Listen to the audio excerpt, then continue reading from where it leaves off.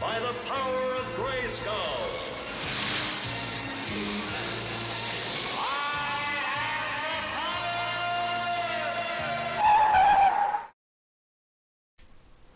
Hello, this is just another video of Project Cars.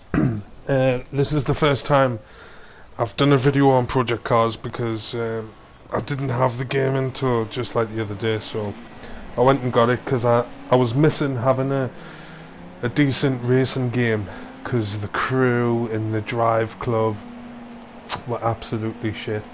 So I'm glad I had a little go on the demos before I actually went out and bought a car game, and then thankfully Project Cars came out, and it was amazing. Like as you can see here, I mean the graphics are absolutely class. The rain effect, just the actual graphics. I mean I'm driving the RS Focus here, and you can fuck about with the camera, and like I've zoomed it in a bit because I think it starts like on a scale of 1 to 100 starts on 80 and you're quite far back, so I've zoomed it into, I think it's 70 or 60, so it's quite close to the back of the car now, so I like that because you get to see the graphics. But as you can see, I'm racing on the wet here, and just overall I think the game is absolutely amazing. Like some of the features it has is really good. If you like to customize things, as in like options and certain modes and everything to do with the game, then you'll absolutely love it.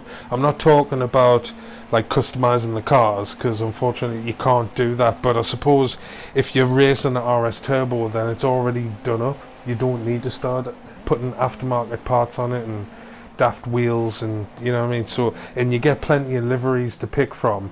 Do you know what I mean? So it's not that kind of game. It's not like Forza where you can put your own stickers on. You can write your own stickers, and you absolutely have every single design over the car, which is good. I mean, I wish this had this, or maybe if they brought out a game like this, same graphics, same engine, same game engine, same everything, and just being able to customize the cars would be perfect. But look, crashing, the wheel come off because I'm playing with full damage, everything all realistic, your fuel consumption, your tires. The only thing I've turned off is the penalties and the flags, because it takes the piss. Like you could be doing a really good lap, and then just because a car's pushed you off the track, or you might have taken a corner a bit too wide and you've went onto the grass a tiny bit, that makes your lap invalid. So it could essentially fuck your whole race up. So it got to the point where I was getting frustrated because, you know, I'm like, I wasn't good enough to keep on the track for the whole race, and I just kept restarting it and restarting it. So I thought, fuck it, I'm going to take the flags off, and I've just been playing without any flags. You can create the difficulty, like I say, you can customize absolutely every option in this. You can have a button assigned to move your seat back and forwards, up and down.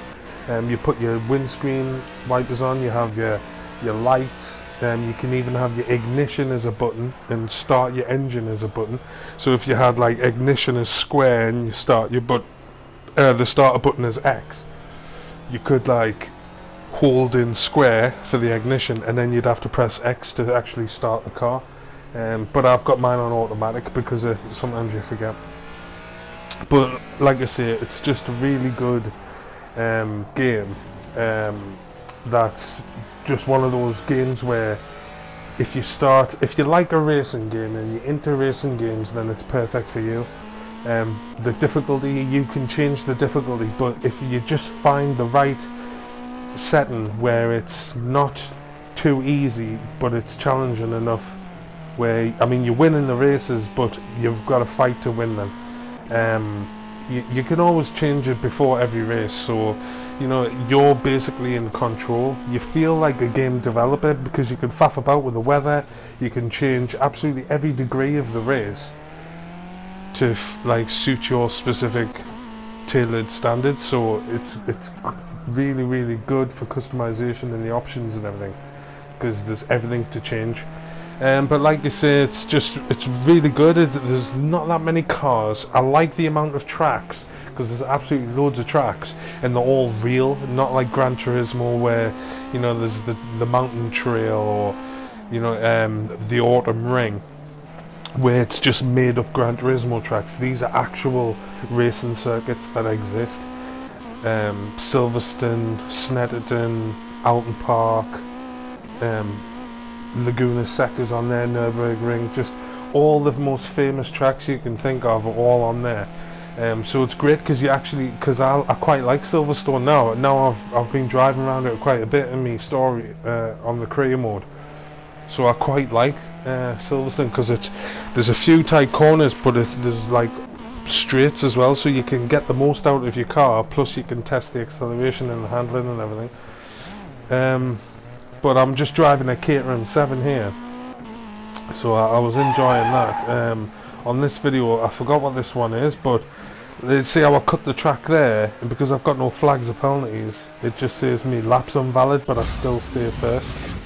And this is the go-karts, because I started off at the very beginning on the go-karts, so if you like it, then go out and buy it, because it's a really good game. So that's it. See you there.